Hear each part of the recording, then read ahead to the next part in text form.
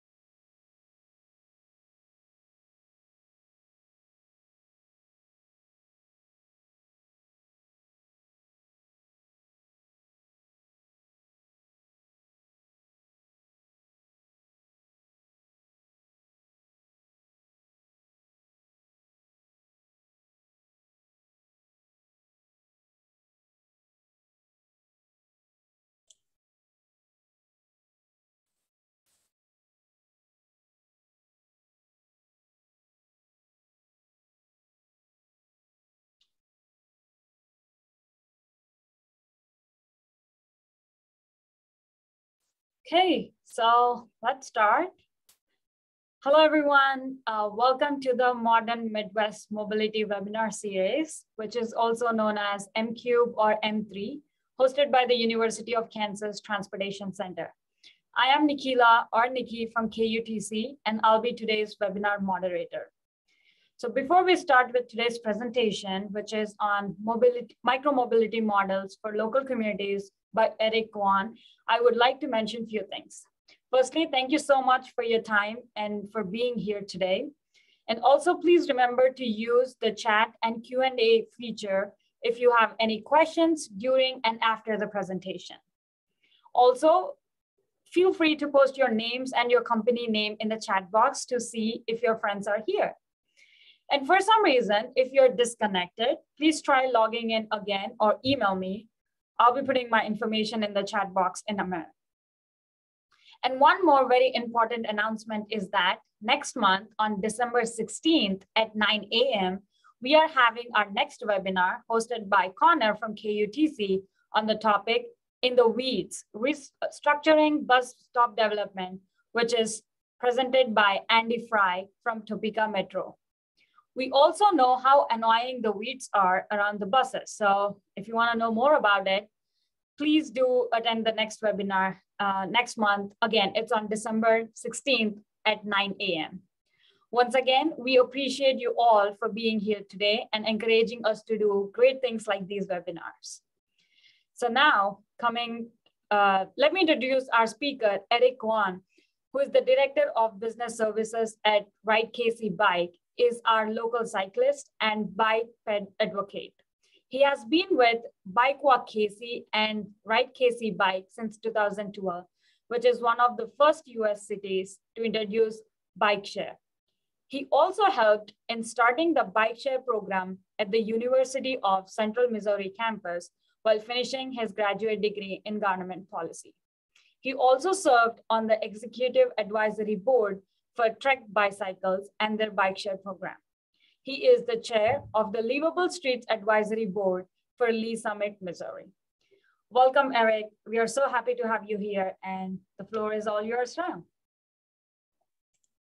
Thanks, Nikki. Really excited to be here and talk with you guys about micromobility and all those little exciting modes that have been taking off in recent years, and what we've been doing, some of the experimentation we've done, and how that can maybe be applied to some other communities around our specific Midwest region, but also elsewhere around the country.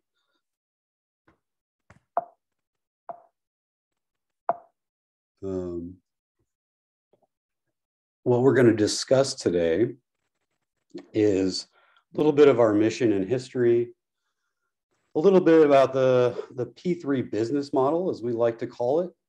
We're going to take a look at a few of the new hardware that have come out in technology, such as electric bikes and the scooters that we see out on the streets, as well as transit integration. Transit integration is, very key these days and is really the holy grail of transit, making sure it's all integrated in a way that's seamless for the end user. And that's something that we've been particularly hard at work on.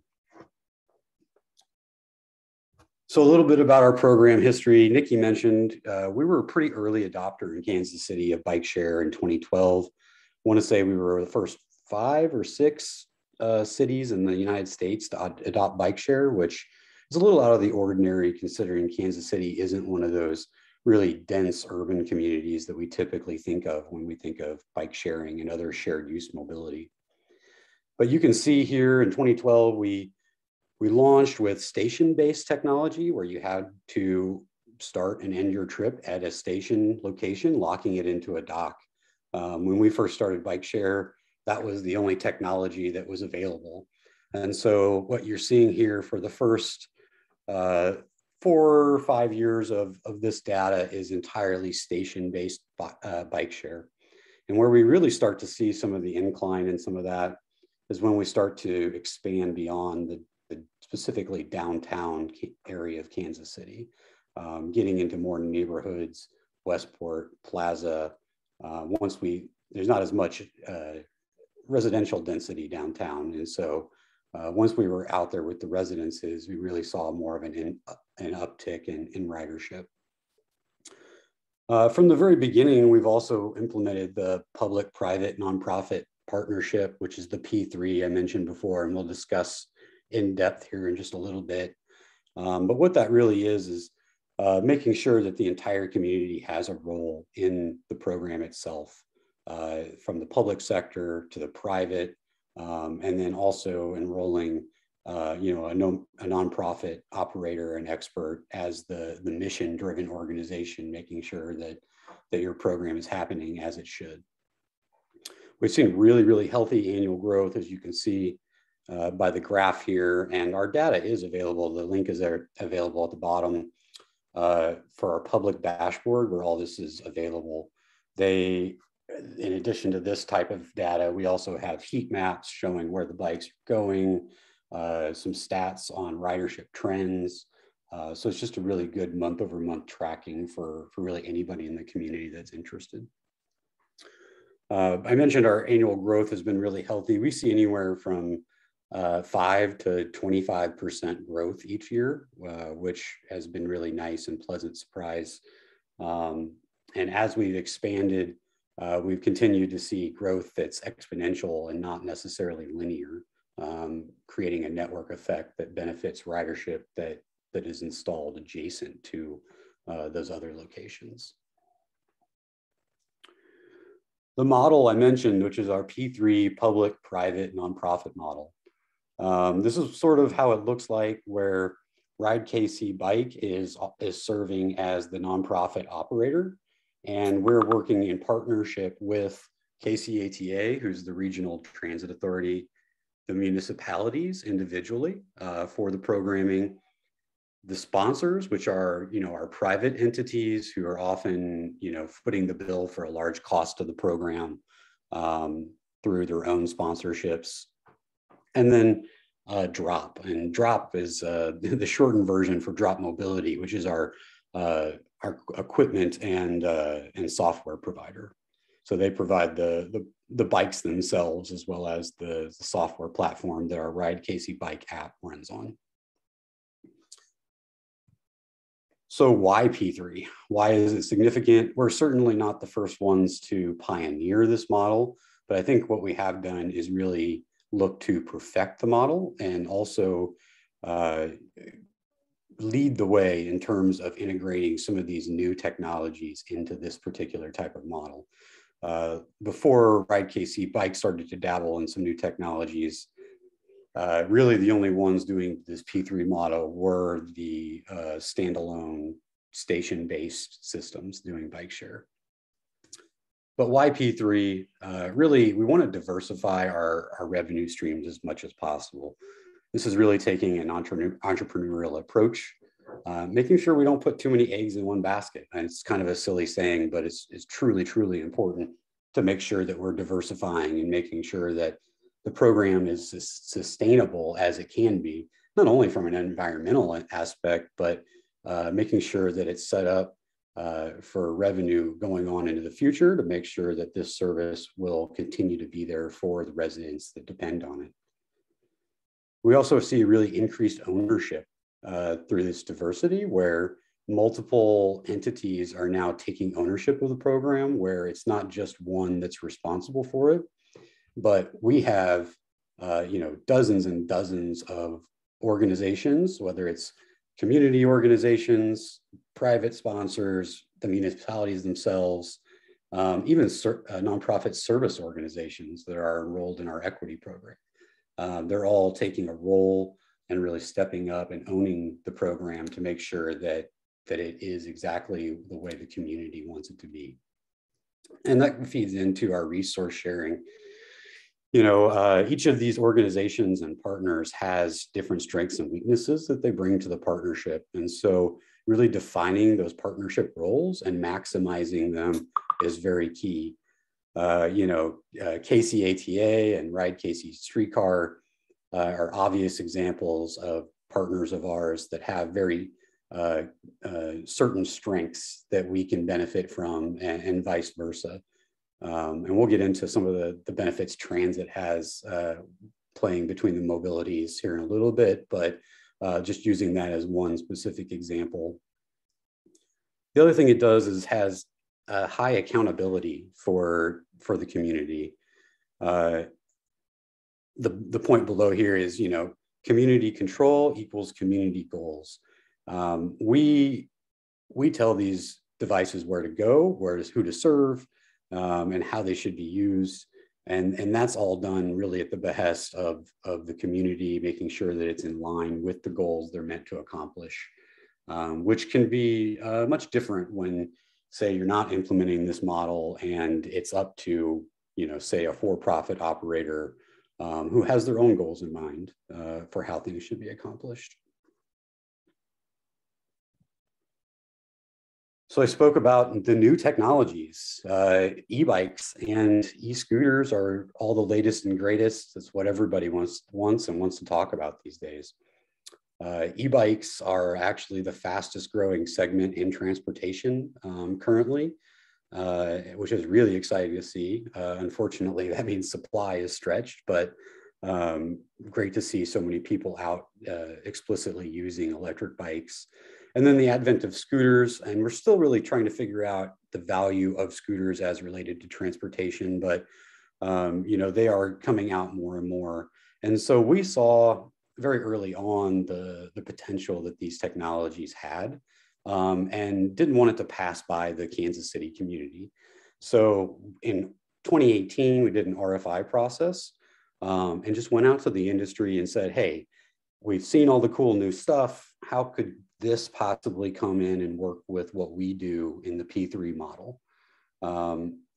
We'd seen some limitations in the past with our station-based model, and we were interested in some of the new stuff that was coming out. It just happened to coincide that the year we did the RFI process was the same year that Bird made a big splash with scooters. So when we started the process, scooters were actually not part of it. And then we ended up adding it in as basically partway into the process.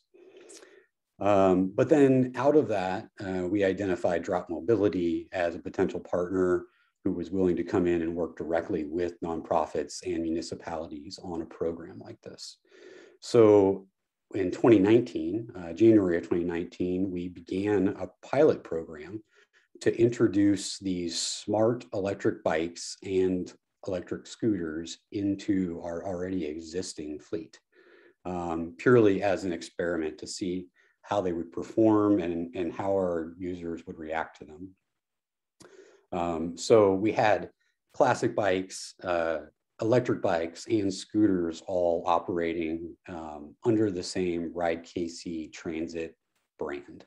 and operating in cooperation with transit and a lot of the major transit corridors that are in use in the area. So why do we want to do this? Well, I mentioned a few problems that we had with some of our old station-based technology. One of the really big things was the high capital costs that made the technology less scalable than we wanted it to be. It was very difficult in a non-dense community to try to replicate this model throughout the entire community. And then also with that high capital cost comes a high maintenance cost for maintaining that infrastructure out on the street. So this in turn, it makes a difficult ask for our sponsors. There are some other communities out there that believe, and I look to LA where they have a policy that says a bike share station could be no more than 2 blocks from the next one. And when we look at policies like that, they have good intent behind them because they want to establish no gaps in service, but that really puts a hard stretch on the model itself and how that can be implemented. On the flip side, we have totally free-floating issues, and I'll point out these are all scooter photos, but there had in the past been for-profit free-floating bikes that sort of went boom and bust. Many of you may remember that era. 10,000 bikes left on the streets of Dallas.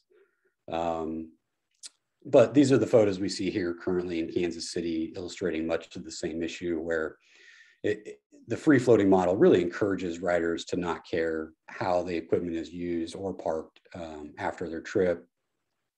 And we've seen constant obstructions of public spaces, transit stops, ADA ramps, our own bike share locations are pretty regularly blocked as well. And we really see companies coming in and providing a service that is mostly phoned in, where they're offering minimal service with lower quality equipment that's not necessarily focused on the goals of the community itself.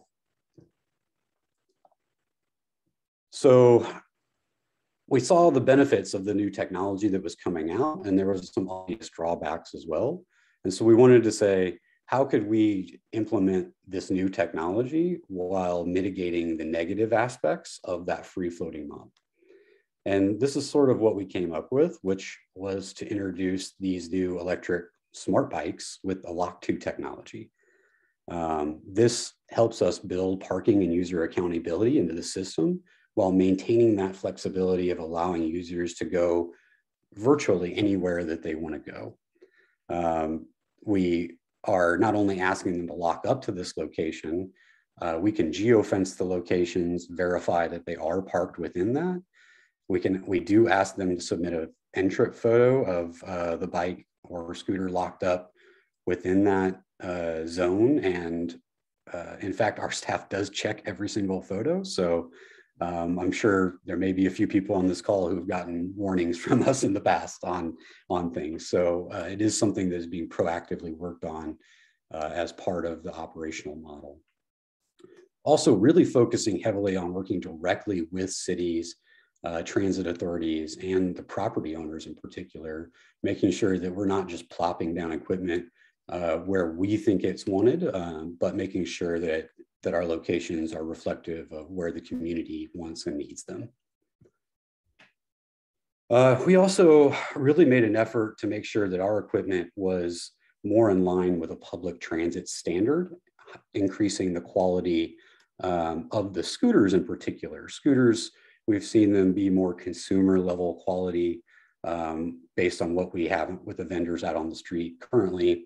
We wanted to make sure that anything we did in the pilot was bettering that standard so that the scooters were specifically more durable, more stable, but also increase the life of them so that, you may have seen some of the other studies where scooters were only lasting an average of 28 days before they were scrapped. Ours were averaging more about 5 or 6 months, but still a lot of work on the industry side to do with making sure that gets increased to make sure that the environmental sustainability aspect is improving. And then again, focus on transit integration. You know, we as bike and scooter shared use mobility are a function of public transit. And so without the ability to integrate there, we really don't have a leg to stand on. So what are the results of the 2019 pilot? What occurred?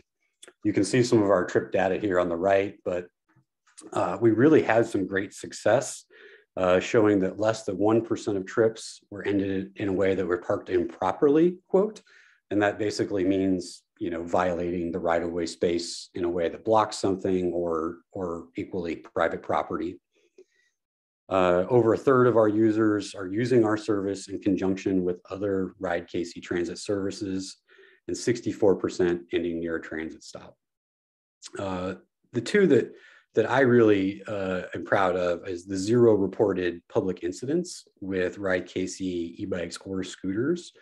We know that there is a very high rate of reported incidents with other free-floating scooters in particular that are out there. You may have seen the recent KC Star article about concerns from the police department. And we're very proud that through some of the measures we put in place in the program, we were able to show really no reported incidents of that. Also, while maintaining really low costs for our users. All this is about maintaining low cost transportation that serves people and connects them to opportunities. And we were able to do that. You know, our walk-up rate, which is the highest price you can pay, is 15 cents a minute for either our e-bikes or our scooters. If you get a classic pedal bike, it's actually only 10 cents. And we have memberships outside of that that will save you significantly more money if you're a regular user. I believe our annual membership is $149 a year, which is 40 cents a day for basically unlimited access all year round. And then we had a really high rate of device deployment in equity neighborhoods. This is something that really speaks to the community goals I was referring to. Our equity deployment was closer to the 20% range, which means that 20% of our fleet was specifically in the 6 zip codes that have the lowest income in Kansas City, Missouri. Comparatively, you know, some of the other options that are out there are committing to a max of 10%. So just naturally by the model and the way that we're set up to serve those community goals, we're reaching more people who need the service specifically, who may need low income transportation or live in areas that have lower rates of auto ownership. And transit integration.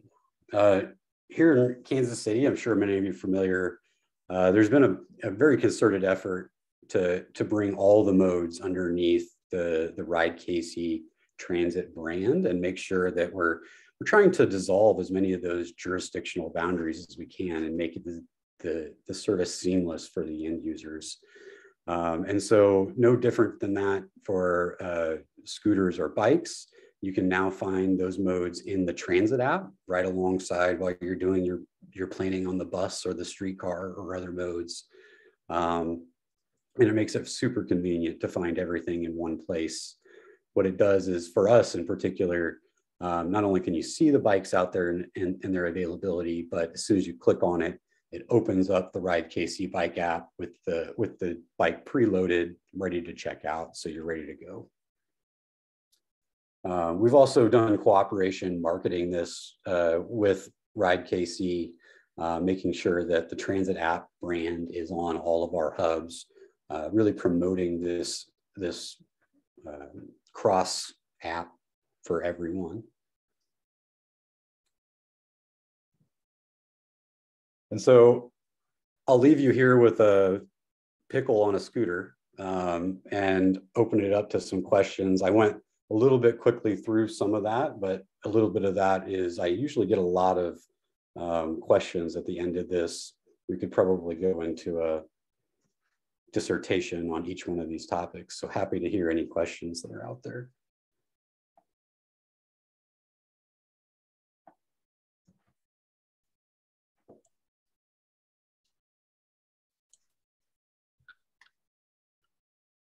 do we have any questions?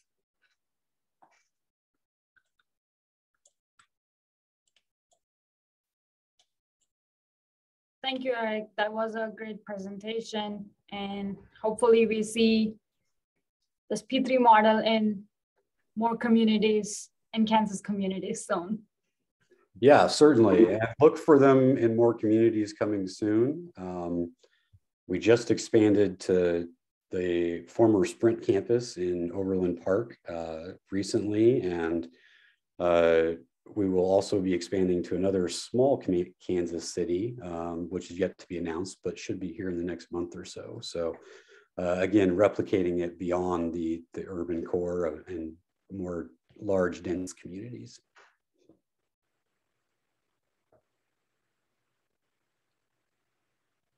So we have our very first question. So you had a graph showing that scooters were briefly used and then gave away to e-bikes. Any insights on this? Yeah, so we have actually ended the scooter pilot program. We did a one-year pilot in 2019.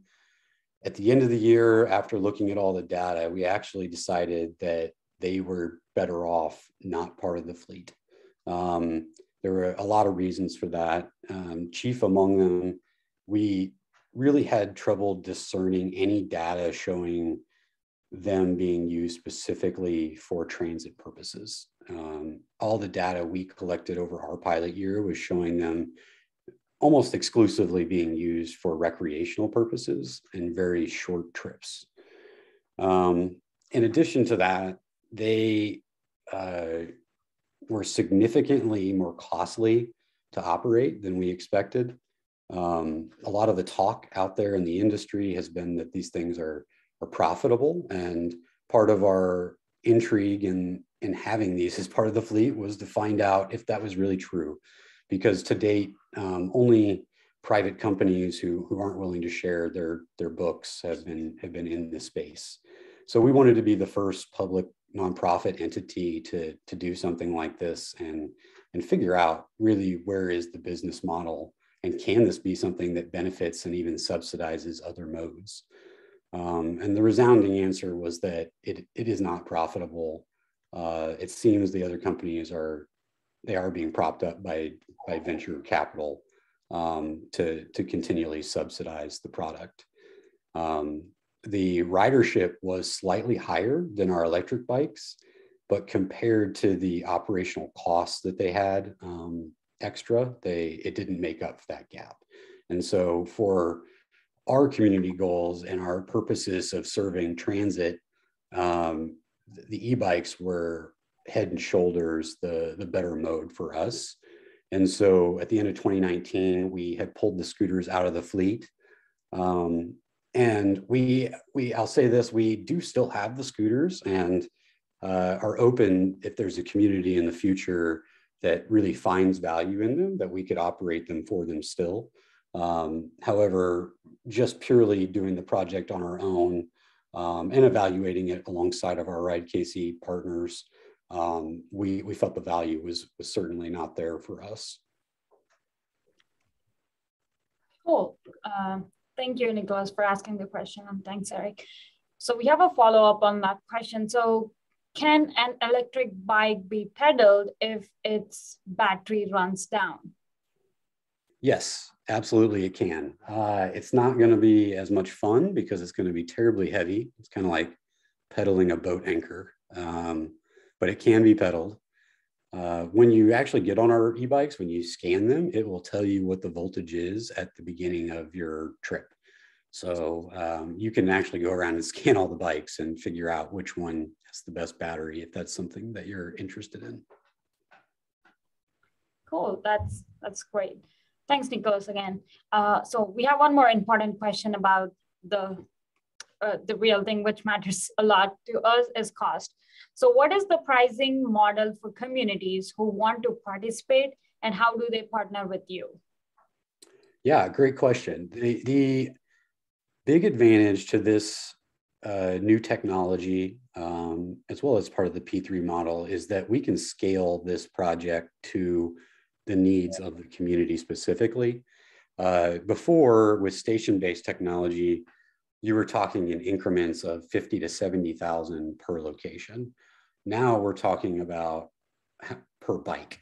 And for instance, like an e-bike is $2,000. So now we're talking in increments of $2,000 rather than $50,000 to $70,000. So the scalability of the project for individual communities is significantly better. And we've had communities come in at 100 plus bikes, and we've had other communities come in. I'll point out the city of Lenexa, Kansas. Their fleet is just 31 bikes.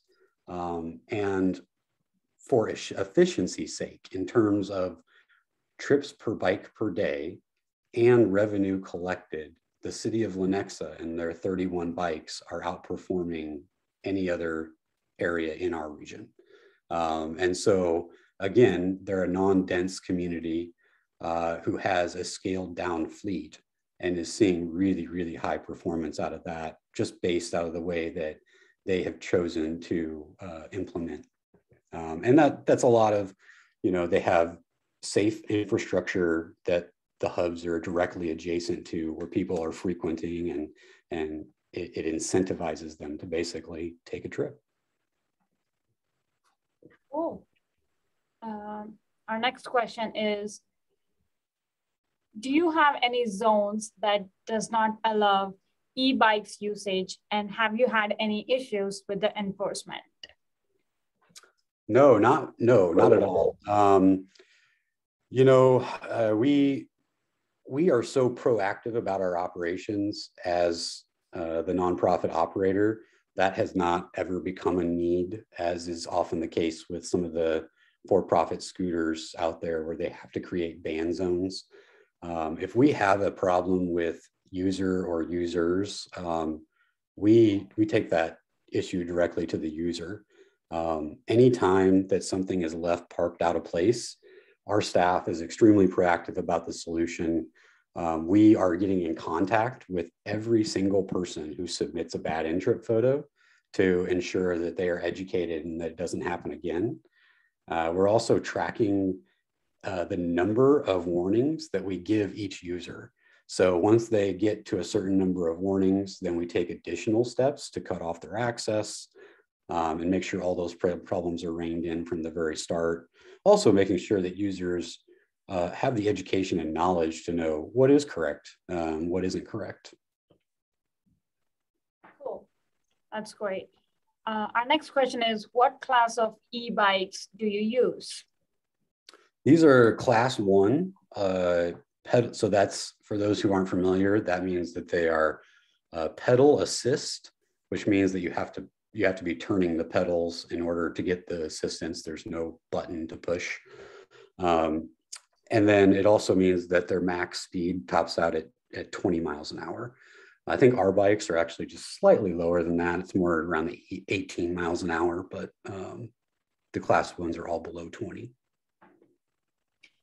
A follow-up question from me. So how many classes do exist for the e-bikes? You said like you guys use class 1.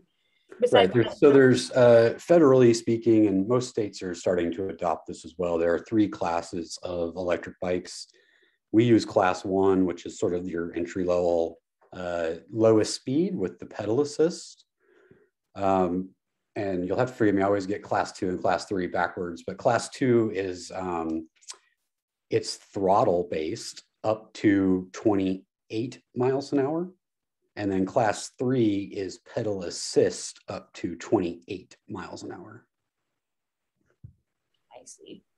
So a little bit faster, and then also based on whether it's throttle or pedal assist. Gotcha. So our next question is, doesn't pedaling motorized bikes ruin the gear or the motor? Is there a ton of upkeeping involving scooter repair with these e-bikes? With the e-bikes, they are a little more intensive than a classic e-bike, or I'm sorry, a classic bike, just because you do have that electric motor or drivetrain. However, it's not terribly different, and the frame itself is so solid that the frame is going to greatly outlast any number of other parts that we put on it. So life of these things can really be extended well beyond the 5-year recommended life of the manufacturer, as long as there is good maintenance and upkeep. With the scooters, it is a very different picture where there isn't really repair happening in the industry.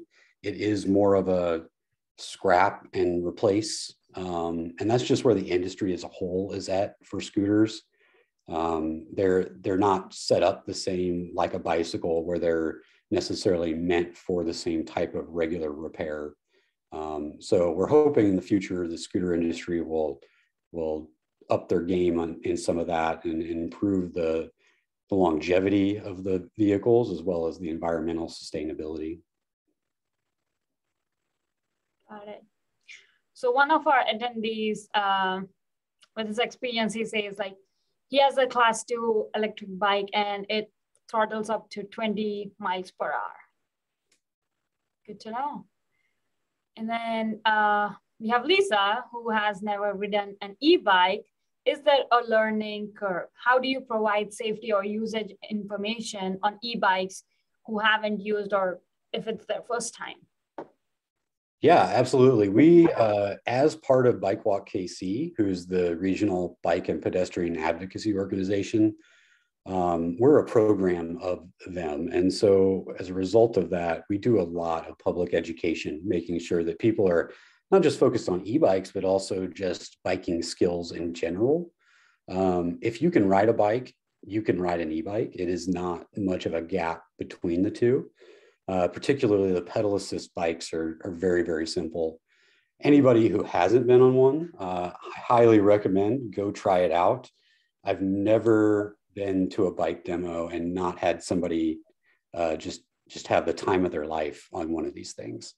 So try one. Chances are is that you'll probably be looking to buy one of your own not too long after that, which there is still, I believe, the tax credit available for anybody who wants a new e-bike. And so that is out there. We also have a promotion going on the week of Thanksgiving. So if you use the promo code Turkey21, Turkey21, then you'll get a free 30-minute ride credit on some of our e-bikes. So feel free to use that on the Ride KC bike app and go try one out. They are a game changer. Cool. Thanks, Eric. And thank you, AJ, for giving us confidence. Like, it's super easy to ride it. Awesome. It really is. I think we had the mayor at KCK on an e-bike for the first time this last summer during their bike launch. And once he got on, we literally could not get him off. He was riding around every neighborhood and he wasn't coming back. Mm-hmm. Cool. We have a next question about liability. So is a rider ever liable for any damage to a bike? And also, if an e-bike hits someone, is Ride KC liable? Well, first, we do carry a lot of insurance on all of our equipment, obviously. From the liability side, the user is responsible for the device while they are using it. So any damage that they incur on it while they're on it could potentially be billed to them. That being said, it is very rare that that's ever a necessity. In most cases, people are not charged unless it seems to be blatant vandalism that we can attribute to an individual. If the vehicle strikes somebody else, then it is actually usually due to negligent use, which is, again, a user issue. We, as I mentioned before, we're really lucky that we've seen 0 reported incidents, and knock on wood, hopefully that trend will continue on. But I think it is a tribute to the public education that we do, as well as the proactive operation style, making sure that people are doing what they need to do. And often when we work with a community to do these programs and put hubs out, we are making recommendations to make sure that they're, as often as they can be, placed next to infrastructure that's beneficial for them. You know, if you're putting it out on an island surrounded by a sea of high traffic arterial roads, one, ridership's not going to be good anyway, but two, that's potentially a dangerous situation for the riders. Cool. Any more questions? And it seems like we might go on a ride in KC soon, so we'll send an invitation to everyone. Definitely, and for those of you from KU, we have bikes on the KU Med campus now. So if you're out that way, feel free to grab a bike while you're on campus. Oh, that'll be cool. We should. Okay, so if we do not have any more questions, I think that's all we have got. So next webinar is on December 16th, again at 9 a.m. about the weeds near the bus stops. So look out for an email from us and sign up as soon as you can. Thank you so much again. Thank you everyone for your time. And thank you so much, Eric, for this wonderful presentation. Yeah, thank you everybody.